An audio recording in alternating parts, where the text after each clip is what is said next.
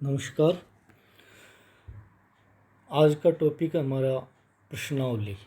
पिछले टॉपिक में हमने देखा था कि अनुसूची से प्रत्यक्ष माध्यम से जो प्राथमिक तथ्य एकत्रित करने हैं, तो उसके आधार पर अनुसूची के माध्यम से प्रत्यक्ष संबंधों द्वारा संपर्क स्थापित कर छोटे क्षेत्र से तथ्य प्राप्त किए जा सकते हैं। लेकिन जब भी बड़े क्षेत्र में ये कहा गया कि तथ्य प्राप्त करने हों और प्राथमिक तथ्य प्राप्त करने हों, तो प्रश्नावली प्रविधि सबसे उपयुक्त प्रविधि है, वो कहलाती है। तो ये कहा गया कि प्रश्नावली प्रविधि जिसमें कि बड़े क्षेत्र से तथ्यों का संकलन करने में अत्यधिक उपयोगी प्रविधि होती है। इसके माध्यम से बहुत ही कम समय, श्रम और धन की लागत में केवल शिक्षित व्यक्तियों से सूचनाएं प्राप्त हो सकती है।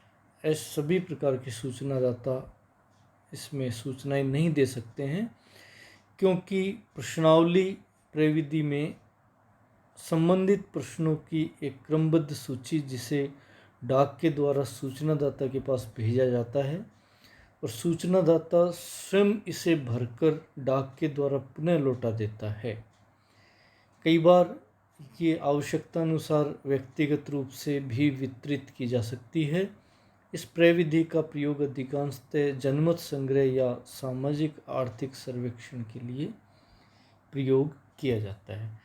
तो ये कहा गया कि शिक्षित होना आवश्यक है इस प्रविधि के प्रयोग के लिए। कारण ये है कि सूचनादाता को स्वयं इसे भरना पड़ता है। प्रश्नावली की परिभाषा यदि हम देखें तो बोगार्ड्स ने लिखा है सोशियोलॉजी में कि प्रश्नावली विभिन्न व्यक्तियों को उत्तर देने के लिए प्रेषित की गई प्रश्नों की एक तालिका होती है। गुड्डे और हैट ने मेथड इन सोशल रिसर्च में लिखा है कि सामान्य रूप से प्रश्नावली से तात्पर्य प्रश्नों के उत्तर प्राप्त करने की एक ऐसी प्रविधि है जिसमें एक पत्रक का प्रयोग किया जाता है और जिसे उत्तरदाता स्वयं भरता है। पी.वी. यंग के अनुसार अपने सरलतम रूप में प्रश्नावली प्रश्नों की एक ऐसी सूची होती है जिसे निदर्शन के रूप में चुने हुए व्यक्तियों के पास डाक द्वारा भेजा जाता है। इस प्रकार से प्रश्नावली प्रविधि विषय से संबंधित प्रश्नों की क्रमबद्ध सूची को कहते हैं, जिसे सूचनादाता के द्वारा भरा जाता हो। प्रश्नावली की विशेषताएं क्या हैं? एक तो अध्ययन विषय से संबंधित प्रश्नों की सूची होती है। इसका प्रेषण डाक के द्वारा किया जाता है और जिसकी पूर्ति अर्थात सूचना भरने का काम अनुसंधानकर्ता नहीं करता, बल्कि सूचनादाता के द्वारा इसका सूचना भरने का कार्य है वो किया जाता है। और यह केवल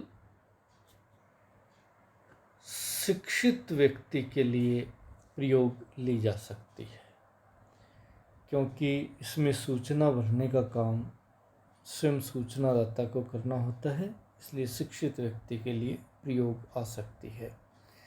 प्राथमिक तथ्य एकत्रित करने की यह अप्रत्यक्ष विधि आमने सामने नहीं होने के बावजूद प्राथमिक तथ्य इसमें एकत्रित होते हैं। बड़े क्षेत्र के लिए उपयोगी होती है और डाक के द्वारा इसको पुनः प्राप्त किया जाता है। शीघ्रतम प्रविधि माना जाता है, क्योंकि इसमें ये कहा गया कि तेज़ी से सूचनाएं प्राप्त की जा सकती है। उद्देश्य क्या है कि जब विस्तृत व्यापक और विविध विषय से संबंधित तथ्य, बिखराव वाले जो सूचनादाता हैं उनसे संबंधित तथ्य प्राप्त करने हों तो इस विधि का प्रयोग सर्वोत्तम रहता है। प्रामाणिक और विश्वसनीय तथ्य प्राप्त होते हैं क्योंकि प्राथमिक तथ्य प्राप्त करने की प्रविधि है, इसलिए वे प्रामाणिक और विश्वसनीय माने जाते हैं। क्रमबद्ध और व्यवस्थित तथ्य प्राप्त करने की प्रविधि मानी जा सकती है इसको। जब भी क्रमबद्ध व्यवस्थित तथ्य प्राप्त करने तो प्रश्नावली का प्रयोग किया जाता है। अध्ययन विषय में वस्तुनिष्ठता बनाए रखने के लिए प्रश्नावली विधि प्रयोग की जाती है। अनावश्यक तथ्य से बचने के लिए प्रश्नावली प्रविधि प्रयोग की जाती है।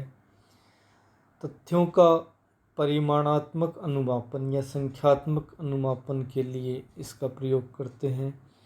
बहुत कम समय, श्रम, धन में अधिक सूचना प्राप्त करनी हो तो इसका प्रयोग हम लोग करते हैं। अब आगे हम देखेंगे कि प्रश्नावली प्रविधि के कितने प्रकार होते हैं। पहला प्रकार इसमें तथ्य संबंधी प्रश्नावली कहलाती है। जिस प्रश्नावली में सामाजिक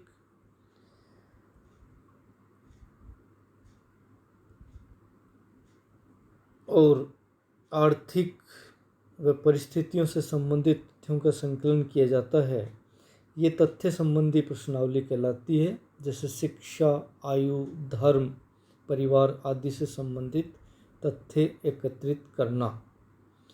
दूसरी है मत एवं मनोवृत्ति से संबंधित प्रश्नावली। जिस प्रश्नावली में सूचनादाता की राय, विचार, दृष्टिकोण से संबंधित जानकारी एकत्रित की जाती है, मत या मनोवृत्ति से संबंधित प्रश्नावली कहलाती है। जैसे जनमत संग्रह करना, मीडिया कार्यक्रमों के आदि के बारे में व्यक्तियों की राय संकलित करना, तो ये मत या मनोवृत्ति से संबंधित प्रश्नावली है वो कहलाती है। तीसरी जो इसका प्रकार है वो संरचित या संयोजित प्रश्नावली इसको कहते हैं। संरचित या संयोजित प्रश्नावली क्या है? वह प्रश्नावली जिसमें प्रश्नों का निर्माण शोधकर्ता पहले से ही कर लेता है, संरचित प्रश्नावली कहलाती है, क्योंकि इसमें प्रश्नों की भाषा, वाक्य रचना, प्रश्नों का क्रम पहले से निश्चित निर्धारित कर दिए जाते हैं। बाद में इनके अंदर ये कहा गया कि परिवर्तन नहीं किया जाता है, क्योंकि इस प्रकार की जो प्रश्नावली है उसमें प्रश्न पूर्णतया पूर्व में ही निश्चित होते हैं और इस प्रश्नावली का प्रयोग व्यक्तियों की राय जानने के लिए किया जाता है। अन्य प्रकार इसका असंरचित या असंयोजित प्रश्नावली कहलाती है। जिस प्रश्नावली में प्रश्नों का निर्माण पहले से नहीं किया जाता, केवल उन मुख्य विषयों का उल्लेख होता है जिसके संबंध में सूचना एकत्रित करनी हो, असंरचित प्रश्नावली कहलाती है। एक तरह से साक्षात्कार गाइड होती है, लेकिन इसे डाक के द्वारा प्रेषित किया जाता है। इसका प्रयोग अनौपचारिक मनोविश्लेषणात्मक गहन अध्ययन के लिए किया जाता है। एक अन्य प्रकार इसका बंद, सीमित या प्रतिबंधित प्रश्नावली है वो कहते हैं। जिस प्रश्नावली में प्रश्नों के संभावित उत्तर लिखे हों, सूचनादाता को इन्हीं में से किसी एक उत्तर को चुनना हो, अपनी स्वतंत्र राय न दे पाए, बंद प्रश्नावली कहलाती है। जैसे प्रश्न है, राष्ट्रीय एकता बढ़ाने में सबसे उपयुक्त साधन है रेडियो, टीवी, समाचार पत्र, पोस्टर। अन्य प्रकार इसका खुली, असीमित या अप्रतिबंधित प्रश्नावली। जिस प्रश्नावली में प्रश्नों के सामने संभावित उत्तर नहीं दिए जाते, खुली प्रश्नावली कहलाती है। इसमें सूचनादाता द्वारा स्वतंत्र रूप से राय व्यक्त की जाती है। जैसे प्रश्न बनाया जाए कि आपके अनुसार कॉलेज के विद्यार्थी अनुशासनहीनता क्यों करते हैं या अनुशासनहीन क्यों होते हैं, तो इसमें प्रश्नों के उत्तर नहीं होते हैं बल्कि उसको उत्तर देने के लिए स्वतंत्र छोड़ा जाता है। अन्य प्रकार है इसका एक चित्रमयी प्रश्नावली, जो कि कम शिक्षित सूचनादाताओं के लिए प्रयोग ली जा सकती है। जिस प्रश्नावली के अंदर ये कहा गया कि प्रश्नों के सामने उत्तरों को चित्रों के माध्यम से भी प्रकट किया जाता है, तो इसमें किसी एक चित्र पर निशान लगाना होता है, चित्रमयी प्रश्नावली के नाम से जानते हैं।